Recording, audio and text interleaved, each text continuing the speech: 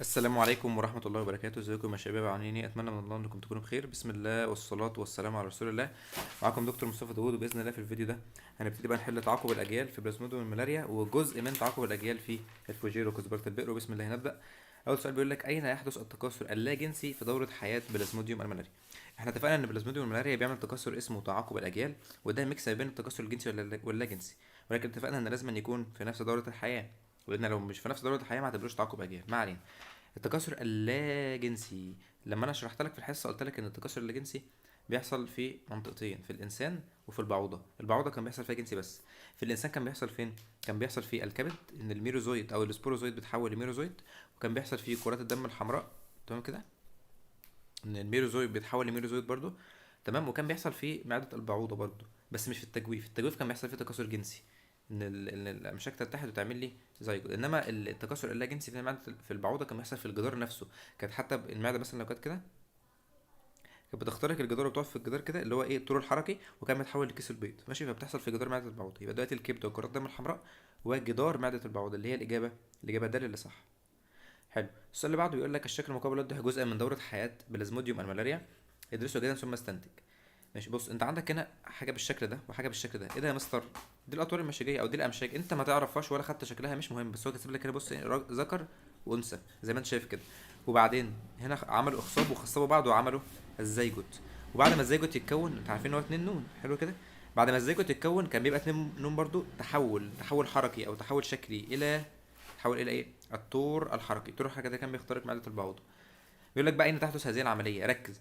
الاخصاب ان هو يكون لك زيجوت وبعدها طور حركي، ده بيحصل جوه التجويف. جوه التجويف اللي كان بيحصل فيه التكاثر الجنسي. افتكر ان التكاثر الجنسي كان بيحصل جوه، التكاثر الجنسي كان بيحصل جوه التجويف، واللاجنسي بيحصل عن طريق الجدار. اي مما يلي يمثل كائن وحيد الخليه يمكنه انتاج امشاج مذكره ومؤنثه. ماشي، احنا عندنا حاجتين: وحيد الخليه وامشاج مذكره ومؤنثه. دي حاجه ودي حاجه، ماشي. بص كده على ده، الهيدرا اصلا مش وحيد الخليه، احنا عارفين، يبقى دي بره. طب عندك اميبا. الاميبا هي وحيدة الخلايا فعلا، انا معاك، بس ما تقدرش تنتج امشاج مذكره ومؤنثه. ما تقدرش لا تنتج امشاج اصلا، انها بتتكاثر بالانشطار الثنائي. بص كده على جيم، هتلاقي بيقول لك فطر الخميره. هو فطر الخميره فعلا وحيد، لكن لا ينتج امشاج. امال بيعمل ايه؟ بيتكاثر بالتبرعم. ده كان الفطر الوحيد اللي بيتكاثر بالتبرعم. انما بلازميديوم والملاريا بقى، اللي هو اصلا الدرس بيتكلم عليه، يعني اللي هو ايه، اللي بيعمل امشاج مذكره ومؤنثه. عرفت منين يا مستر؟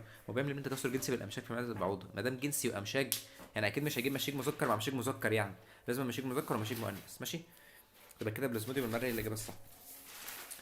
هي اطوار بلازموديوم الملاريا التاليه توجد في كل من البعوضه والانسان، ماشي. بص، انت كان عندك حاجه في الانسان بس، وحاجه في البعوضه بس، وحاجه في الاثنين. الانسان بس كان فيه الميروزويد فقط، ده اللي كان في الانسان. اللي كان في الانسان والبعوضه، الحاجه اللي بتصيب الانسان السبوروزويد، والحاجه اللي بتصيب البعوضه الاطوار المشيجيه، ماشي. ده اللي في الانسان والبعوضه. في البعوضه بس، البعوضه بس فيها كتير، فيها الزيجوت وفيها الطور الحركي وفيها كيس البيض، تمام. العازل المشترك، المشترك مين؟ المشترك الاطوار المشيجيه والسبوروزويد. والسبوروزويد دي اللي كانت بتاعت الانسان، والاطوار المشيجيه دي اللي كانت بتاعت البعوضه. جميل جدا. سؤال 44 بيقول لك: الشكل المقابل يمثل جزءا من دورة حياة بلازموديوم الملاريا، ادرسه ثم اجب. تعال ندرسه. بص، انت عندك في الشكل اشكال خلايا كده سداسيه، شبه البنزين الحلقي. انتوا لسه ما خدتوش عضويه، بس ده هنا حاجه شبه البنزين الحلقي دي. اي خلايا سداسيه يا شباب، تمام كده، دي خليه الكبد على طول. هي مش عندك طبعا في المنهج ان الكبد خليه سداسيه، ولكن لما كان راسم لك في كتاب المدرسه كان راسم لك خليه الكبد بالمنظر ده. فاول ما تشوف خليه سداسيه سواء بالطول او بالعرض كده، اعرف ان دي خليه كبد على طول، تمام كده. اتفقنا. بص بقى، جايب لك ايه؟ جايب لك السين دي حاجه جوه كده، شكلها مخزليه. هي دي شكلها مخزليه داخله خلايا الكبد، وطلع منها حاجات شكلها مدور. اه خلاص، انت كده خبستها بقى. ده خلايا الكبد كان بيخشها سبوروزويت، وكان بيطلع منها ميروزويت، صح كده ولا ايه؟ ماشي. اسالك بقى ايه نوع الانقسام. والله السبوروزويت دي كانت بتنقسم بالتقطع، ماشي. انقسام او يعني عارف، تنقسم ميتوزيا وبتعمل تكاثر جنسي بالتقطع. جميل جدا. فكده بتنقسم ايه؟ ميتوزي بس. وحاجه كمان، مش دي خلايا الكبد دي في الانسان؟ اه. جميل. الانسان يا شباب، الانسان ما بيحصلش فيه انقسام ميوزي خالص. في الملاريا يعني، الملاريا ما بتعملش انقسام ميوزي جوه الانسان. الانقسام الميوزي بيحصل مره واحده في جدار معده البعوضه فقط لا غير، بس. فتبقى ميتوزي فقط. اي اطوار بلازمينيوم والملاريا لها القدره على اختراق الاغشيه الخلويه. عارف يعني ايه اختراق الاغشيه الخلويه؟ يعني تخش جوه خليه. يعني مثلا لو في خليه كده ايه، الطور نفسه بتاع الملاريا هيخش جوه الخليه دي. مين في دول؟ الطور الحركي فقط. والله الطور الحركي ده بيعرف يخترق، اخترق فعلا معدة البعوضة. ماشي، ادي حاجة. بس مش فقط، تعال نشوف بقية الاختيارات. الطور الحركي والاطوار المشيجية. هي الاطوار المشيجية اخترقت عندك حاجة؟ والله يا مستر بص، تعال نفكر. انت عندك الميروزويت كانت دخلت كرة الدم الحمراء، وبعد ما دخلت كرة الدم الحمراء نضجت لطور حركي، وبعد ما نضجت لطور حركي دخلت معدة البعوضة، وبعد كده تحررت من كرة الدم الحمراء دي واندمجت مع بعض. ما اخترقتش خلية خالص. اللي اخترق كرة الدم الحمراء هو الميروزويت وليس الأطوار المشيجية. فالأطوار المشيجية مش معايا، ولا في بي ولا في جيم برضه، فهعكس يعني هستبعدها يعني. ماشي، ده اللي الطور حركي احنا لسه متفقين ان هي صح. والسبوروزويت ايوه فعلا، السبوروزويت كانت بتخترق خلايا الكبد عشان تخش وتتحول لميروزويت. طب والميروزويت ايوه فعلا كانت بتخترق كرات الدم الحمراء زي ما اتفقنا. فكده التلاتة عندك اللي بيخترقوا يبقوا اللي هم الطور الحركي والسبوروزويت والميروزويت. لو مش فاهم الجزئيه دي عيد الحته دي تاني. ادرس المخطط التالي الذي يمثل جزء من دورة بلازموديوم الملاريا ثم اجب عما يلي. تعال ندرس الاول. قلت لك لما تلاقي حاجات كده مش واضحه، شوف هتلاقي في كلمه اكيد تدل على حاجه، يعني كلمه تدل على، او يعني كلمه خيط يدلك بقيه الطريق. بيقول لك طور واحد يتكاثر داخل، دي كلمه مهمه، داخل دي، وبعد كده يتحرر ويطلع لك نفس الطور. عرفت منين؟ ما هو قال لك واحد وطلع لك طور واحد برضو. اه، ان حاجه هتخش جوه خليه في الملاريا. انت كده في الملاريا، وقال لك في السؤال في الملاريا صح. حاجه في الملاريا هتخش جوه خليه وهتطلع منها برضو نفس الحاجه. مين بقى دي؟ تعال كده فكر. السبوروزويت مثلا. لا، السبوروزويت كانت بتخش خلايا كبديه، تمام، وبتحرر بس مش نفس الطول، كانت بتحرر ميروزويد، فالسبوروزويد غلط. امال تطلع ميروزويد هتلخبط لو دي ميروزويد بس. ميروزويد بتتكاثر داخل كرات الدم الحمراء، كرات الدم الحمراء، بعد ما تكسر جواها هتطلع لي ميروزويد برضو. بس مش ممكن تطلع اطوار مشيجيه. بص كاتب لك يتحرر، واخد بالك؟ يتحرر. الاطوار المشيجيه بتتحرر بره الانسان اصلا، في معده البعوضه. ماشي، ففعلا دي تنفع. فخليه سين دي كرة الدم الحمراء. حلو كده، كده فهمنا. بيسألك بقى مين سين؟ سين دي كرة الدم الحمراء زي ما اتفقنا، اللي هي جيم. مين واحد دي الميروزويد. ماشي، قلت لك جرب، يعني جرب مثلا مره السبوروزويد ما نفعتش لان مش نفس الطور، جربت بعد كده الميروزويد نفعت، وهكذا. الحاجات اللي بتبقى مخططه دي بتبقى غالبا مقامه على التجربه يعني. ادرس الرسم المقابل الذي يوضح احدى صور التكاثر في احد الكائنات الحيه ثم استنتج. الشاطر اللي ركز معايا من اول فيديو هو اللي عارف يرد. الخلايا السداسيه اللي قدامك دي بتمثل لك ايه؟ بتمثل لك خلايا كبديه. عرفت منين؟ قلت لك اي خلايا سداسيه بتمثل خليه كبد. ماشي، وداخل جواها اجسام مغزليه الشكل، مغزليه كده يعني عامله مسحوبه الاطراف كده، عامله شبه العين، اللي هي السبوروزويد. السبوروزويد بتخش خلايا الكبد بتحول لميروزويد وبعد كده تتحرر، فالحاجات المدوره دي الميروزويدز. ماشي، ايه صوره التكاثر؟ خلي بالك قال لك صوره، في فرق بين طريقه وصوره. طريقه التكاثر يعني جنسي او لا جنسي، قلناها في اول فيديو في التكاثر. امال صوره بقى يعني ممكن مثلا تكون تقطع، تجدد، امشاج، ايا كان. ايه صوره التكاثر؟ ماشي، بقول لك تجرسم في عفن الخبز. عفن الخبز ايه يا عم؟ انا بتكلم في ملاريا. وجيم برضو يقول لك اميبا ايه؟ يا به يا دال، التقطع في بلازموديوم الملاريا ولا التجرسم في بلازموديوم الملاريا؟ لا بص، هو مش التجرسم في بلازموديوم الملاريا، هو التقطع. طب ليه يا مستر؟ اقول لك اصل التجرسم في بلازموديوم الملاريا كان بيحصل فين؟ التجرسم في بلازموديوم الملاريا كان بيحصل في جدار معده البعوضه لما الطور الحركي يتحول لكيس البيض، او عفوا لما كيس البيض يطلع لي سبوروزويد. عفوا، لما كيس البيض كان بيطلع لي سبوروزويد ده كان اسمه تجرسم في البلازموديوم الملاريا، كان بيتحول من كيس بيض الى سبوروزويد. وجه الاختلاف بين انتاج السبوروزيتات والميروزيت. خلي بالك قال لك كلمه انتاج. يعني انتاج السبوروزيت دي بتطلع يعني بتنتج من ايه؟ ارجع بالزمن كده، بتنتج من كيس البيض. فاكر كيس البيض كان نون، بينتج لك السبوروزيتس اللي هي نون برضو، وبتهاجر الغدد اللعابيه. فينتج السبوروزيتات ناتج من تكاثر بالجراثيم، اللي هو تكاثر ال كيس البيض بالجراثيم. انما انتاج الميروزيتات بيبقى ينتج من ايه؟ الميروزيتات بتنتج من السبوروزيتات بس مش بالجراثيم، بالتقطع زي ما احنا لسه قايلين في السؤال اللي فات. ما هو الميروزيتات اهي نتجت من السبوروزيت بالتقطع. حلو كده. ماشي، يبقى انتاج السبوروزيتات بالتجرثم والانتاج الميروزيتات بالتقطع. يبقى كده الاختلاف في صورة ولا طريقة التكاثر؟ الاتنين لا جنسي، الاتنين لا جنسي، فالطريقة واحدة. ويقول لك الاختلاف يبقى الصورة هي اللي مختلفة. افتكر ان الصور دي حاجات كتير، الصور كتير، انما الطريقة هما اتنين بس، جنسي ولا جنسي. طبعا عدد الصبغات ونوع الانقسام لا، يعني نوع الانقسام الاتنين ميتوزي. ماشي، الاتنين نون اصلا، ده نون وده نون، والاتنين في نفس الكائن، فاكيد عدد الصبغات هي فاهم. وعدد اختلاف هتبقى الف هي اللي صح. ادرس المخطط الذي يوضح المراحل الأخيرة لتكوين السبوروزويت داخل جسم البعوضة. جميل جدا. ايه الغرض من واحد؟ بص انت دلوقتي ارجع بالزمن، ادي عندك السبوروزويت اهو. قبل ما السبوروزويت يعني يطلع كان عندك ايه؟ كان عندك كيس البيض، ده اللي كنا بنسميه ايه؟ الناس اللي فاكره كان له اسم غريب كده، يعني اسمه اوسيست. معناها بيضة، ماشي، وسيست معناها كيس، ماشي. ماشي، وبعدين كيس البيض كان بيطلع السبوروزويت بعمليه اتنين اللي هي تكاثر بالجراثيم او انقسام ميتوزي. طيب وقبل قبل كيس البيض كان بيطلع مين؟ والله يا مستر قبل كيس البيض كان الزيجوت او الطور الحركي. لا الطور الحركي وليس الزيجوت عشان نكون اكثر دقه يعني. الطور الحركي، وده كان 2 نون على فكره، وكان بيطلع لك كيس البيض بعمليه واحد اللي هي انقسام ميوزي. جميل كده. ماشي، الناس اللي مذاكره بقى ترد. الغرض من حدوث واحد ده اللي هو ايه؟ ان انا هجيب طور سين اللي هو 2 نون اللي هو الحرف طور حركي هخليه كيس البيض اللي هو نون. يبقى غرض تكون اللقاحه لا تكون كيس البيض. قال ب اختزال الماده الصبغيه صح لان انا اختزلتها من 2 نون لنون. طيب ج تضاعف الماده الصبغيه لا ده انا اختزلتها من 2 نون لنون. طيب اكتمال نضج الاطوار المشاجيه لا اكتمال نضج الاطوار المشاجيه ده حصل قبلها، حصل قبل عمليه واحد لان انا اصلا كونت الزيجوت خلاص. يعني قصدي عملت نضج الاطوار المشاجيه وكونت الزيجوت وكنت حركه، عملت كل حاجه، فالاطوار المشاجيه دي حصلت من زمان مش دلوقتي. تبقى الاجابه هي اللي صح. السؤال اللي جاي بقى هيلخبطك، بيقول لك الشكل المقابل يعبر عن جزء من دوره حياه بلازموديوم والملاريا، ادرسه جيدا ثم استنتج. جايب لك حاجه نون كده وشكلها طوليه شبه العين، فاهم؟ وبعد كده عماله تتحول، بص عماله تعمل زي ما تعمل اشكال غريبه، في الاخر طلعت لك حاجه مدوره. مش فاهم حاجه يا مستر. ممكن يكون طول حركي مثلا. والله تعال نفكر كده، هو الطور الحركي شكله عامل كده؟ يعني هل الطور الحركي بادئ كده اهو، بادئ بالشكل ده؟ والله ممكن، هو مش هو حركي؟ بس هل الطور حركي نون؟ هو كاتب لك نون، طور حركي 2 نون، يبقى دي استحاله تكون طور حركي. امال مين اللي عندك نون وشكله طولي كده؟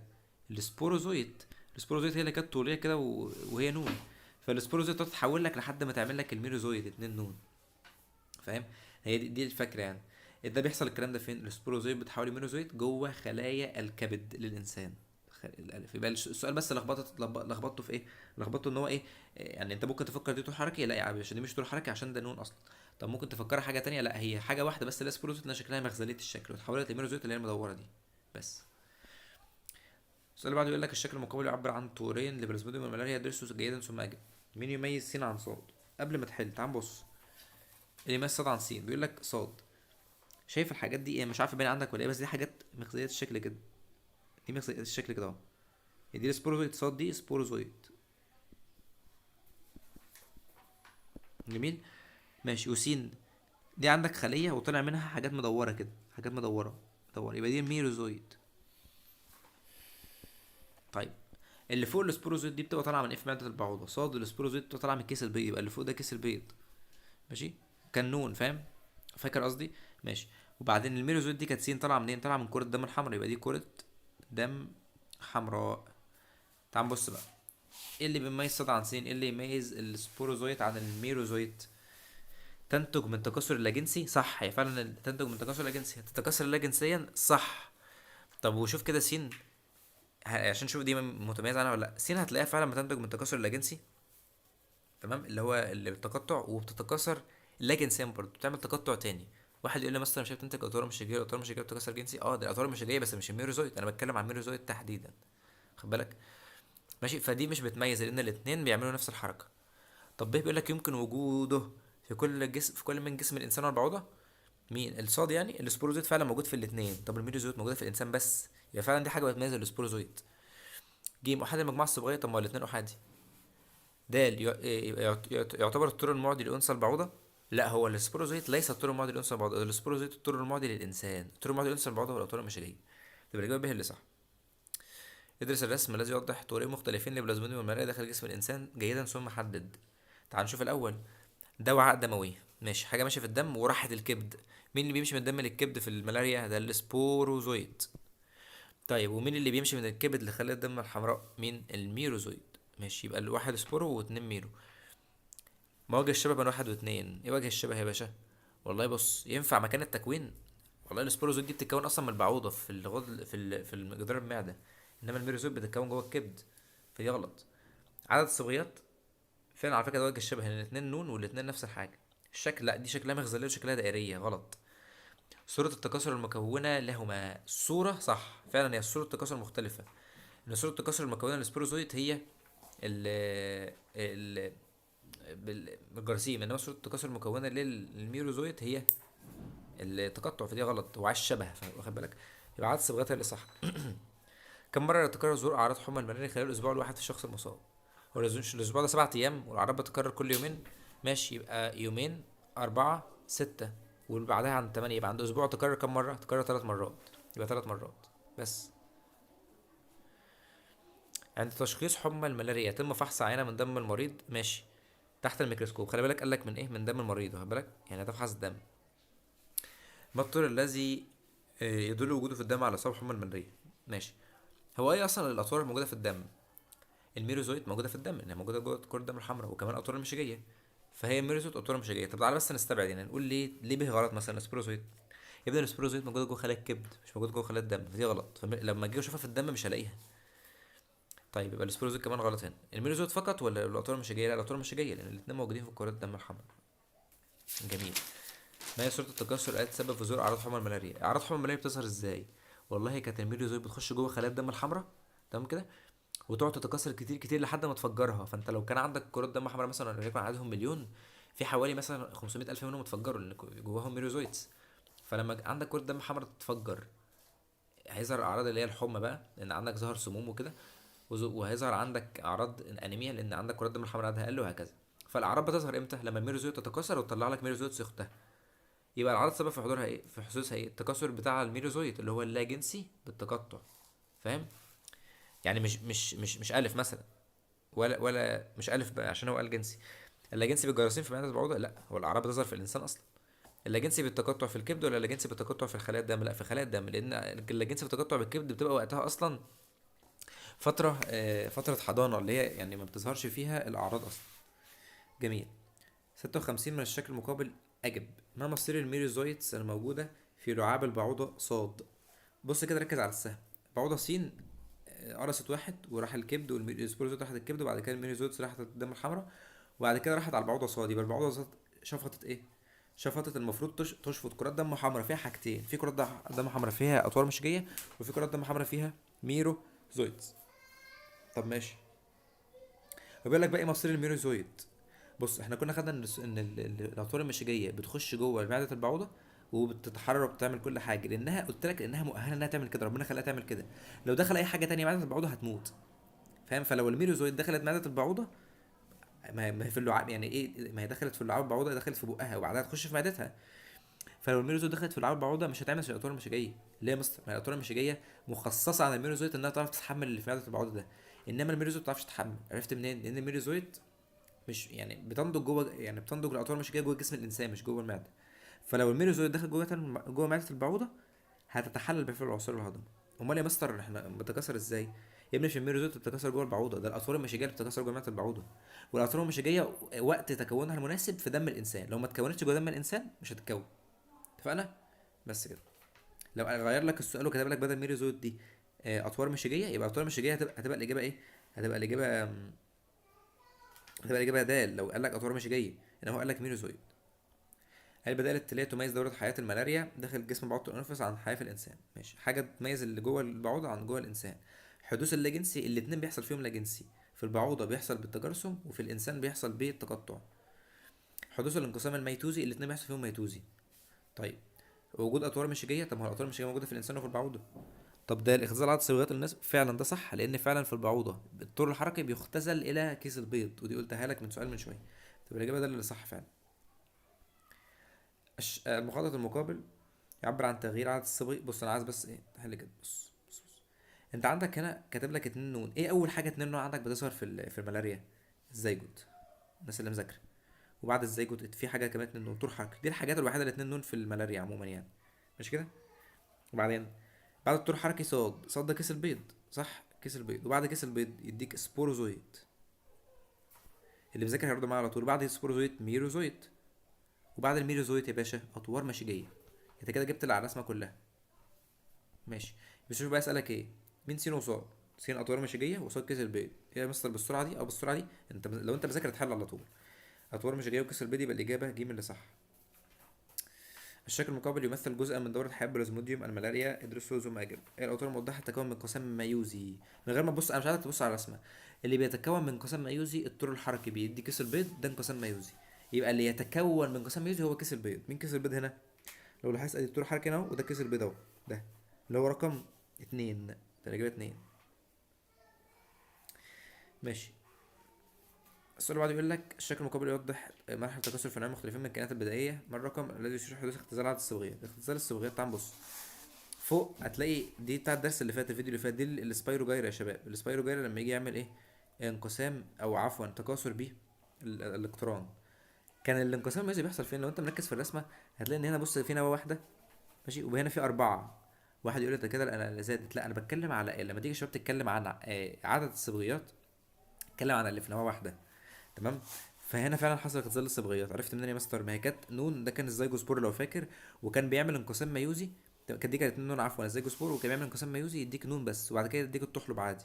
فالسين دي فعلا ميوزي. طب بص تحت، شكل مخزلي، الحق مين اللي شكله مخزلي؟ ممكن يكون حاجه من الاثنين. ممكن يكون يا اما طول حركي يا اما سبوروزويد. طب انا اعرف منين؟ بص على اللي بعده.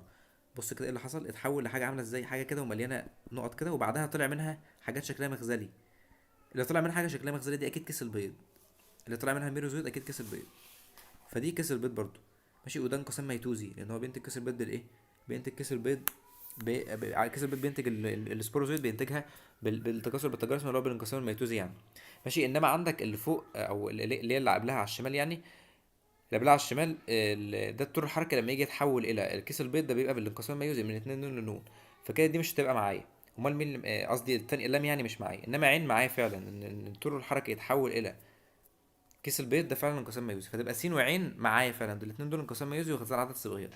فمثلا انت بتحلها بسهوله كده ليه؟ والله بحلها بسهوله عشان حاجتين: عشان مذاكر، وعشان ما بتغباش.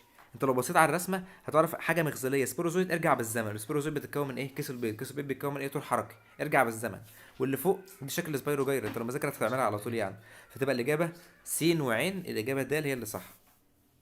السؤال اللي بعد بيقول لك الرسم بين مقابل يعبر عن تغير عدد المجموعات الصبغيه خلال دوره حياه بلازموديوم الملاريا. تعال بص. دورة حياة بلازموديوم الملاريا كلها نون إلا اتنين. مين ومين؟ الزيجوت والطور الحركي. حلو. فهنا أكيد الاتنين نون اللي فوق دول صاد وعين، دي زيجوت ودي طور حركي. بس مين في ترتيب الزمني مين الأول؟ الزيجوت الأول. لأن الطور الحركي بيتكون منه، يبقى دي زيجوت طور حركي. طب ومين قبل الزيجوت يا ترى؟ مين قبل الزيجوت؟ قبل الزيجوت كان الأطوار المشيجية كانت نون، وبعد الطور الحركي كان كسر بيض نون. فهنا بيحصل تضاعف صبغي عن طريق الإخصاب، وهنا بيحصل اختزال عدد صبغات عن طريق الانقسام الميوزي. ماشي. الفقرة س صاد تحدث فيه ان هو يبقى الاطوار المشيجية للزيجوت في تجويف معدة البعوضة. ليه مش في الجدار؟ يعني عشان يدي تكاثر جنسي. ماشي. الطور الذي يتكون عند النقطة عين، الطور الحركي انا لسه عامله لك اهو. طيب الطور الذي يتكون عند النقطة لام، والله اللي بعد الطور الحركي على طول مين؟ اللي بعد الطور الحركي اللي هو الانقسام الميوزي يبقى كيس البيض. بس شوف السؤال سهل خالص وحلناه على طول. ليه يا مستر حليته بسرعة ازاي؟ تعال نقول لك تاني. حليته بسرعة لان انت عرفت على طول ان مفيش حاجتين عندك في المنهج بس الاتنين نون، والترتيب الزمني الزيجوت الاول بعد كده الطور الحركي. طب لو انت حافظ اللي قبل الزيجوت على طول مين؟ اللي قبل الزيجوت الاطوار المشيجية، واللي بعد الطور الحركي مين؟ كيس البيض.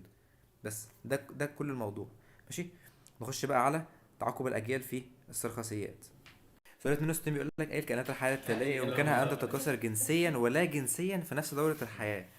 ما هو ده بقى شارح نفسه جنسيا ولا جنسيا نفس دوره الحياه، ده تعاقب اجيال. مين في دول تعاقب اجيال؟ وما عندكش غير تلاته اصلا في بالك تعاقب اجيال: بلازموديوم الملاريا، الفوجير، كزبره البئر. مين اللي عندك؟ اكيد مش هتختار الهيدرا او الاميبا يعني، مش ناقصه غباء، هي كزبره البئر. 63 اي الاجزاء النباتيه التاليه يعتمد عليها نبات الفوجير لاتمام تكاثره بالجراثيم؟ هو امتى نبات الفوجير كان بيتكاثر بالجراثيم؟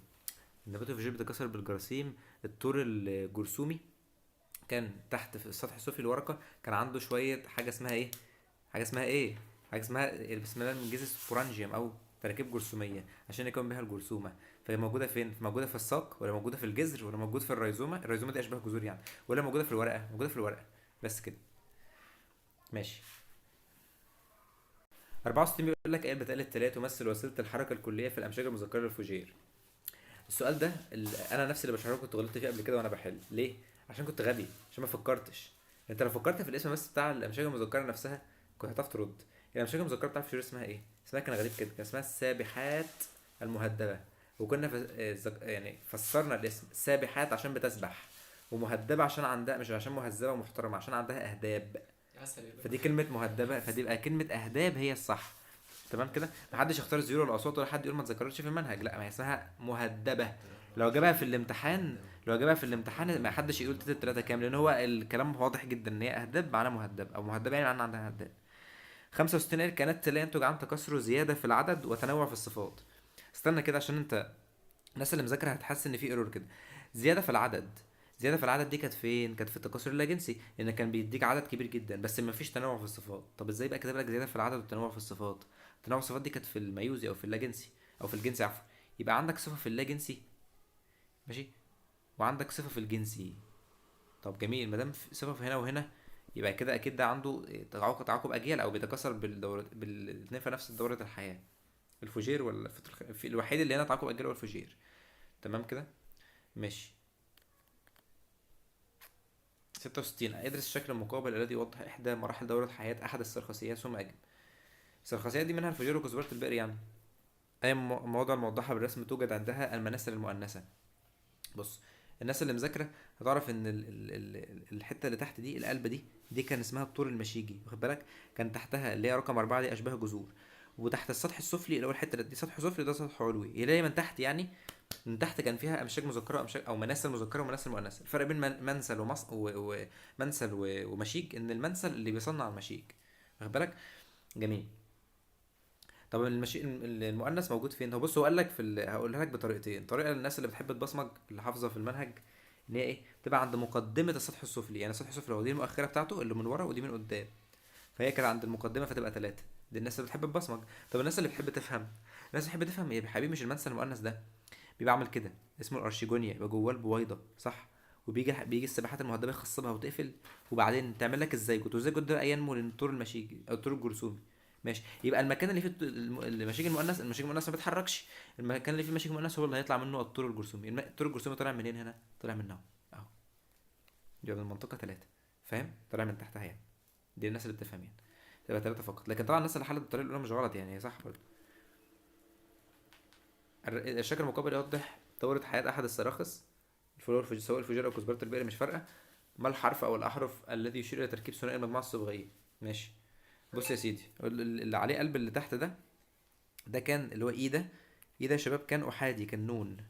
تمام، ان هو طول مشيج. ارجع بالزمن او خليك ماشي زي ما انت عادي، عندك هنا مشيج مذكر ومشيج مؤنث، الاتنين نون عادي.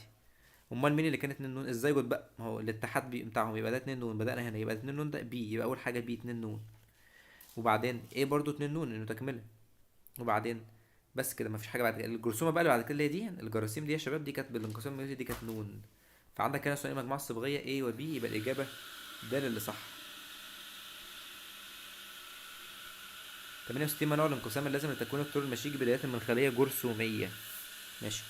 بص، هو الطور المشيجي عشان يتكون كنت بعوز ايه؟ بعوز طور جرثومي 2 نون، طور جرثومي 2 نون. بدايه من هنا بقى هتعمل ايه؟ هتكون هتكون الخلايا الجرثوميه او الجرثومه نفسها. الجرثومه نفسها كانت ايه؟ كانت نون، انها بالميوزي، ادي كده ميوزي. وبعد الجرثومه هتكون طور مشيجي، لما تقع على بيئه رطبه هتكون الطور المشيجي. مشيجي نون. اللي حاسس ان الكلام اللي بقوله غريب عليه يرجع يذاكر الدرس ده تاني، لان الكلام ده اصلا في الدرس. ماشي، حلو. يبقى انت كده عملت انقسام ميوزي ثم ميتوزي، اللي هي الاجابه ج. عرفت منين ان هو ميوزي ثم ميتوزي؟ ميوزي دي يعني انت بتقل في العدد من 2 نون لنون، انما الميتوزي نفس العدد من نون نون، او من 2 نون ل 2 نون. 69. الكائنات لا ينتج من تكاثر الجنسي وتكاثر لا جنسيا. حلوه دي.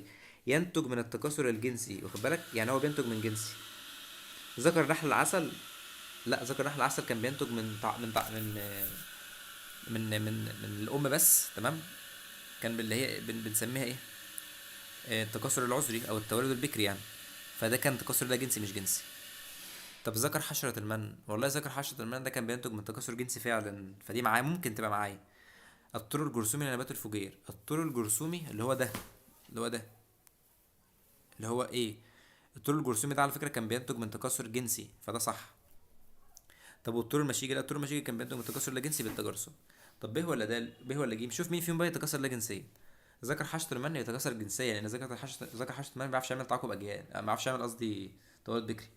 تولد بكري ده بيعمله انثى بس. فيبقى الطور الجرثومي. طب الطور الجرثومي بيعمل تولد بكري؟ لا، ما بيعملش تولد بكري، بيعمل تكاثر بالجراثيم. ماشي، انا هقف لحد هنا يا شباب عشان الفيديو ما يطولش، ان الدرس ده حوالي 99 سؤال. فالفيديو الجاي هكمل من 70 ان شاء الله ل 99 باذن الله. تمام.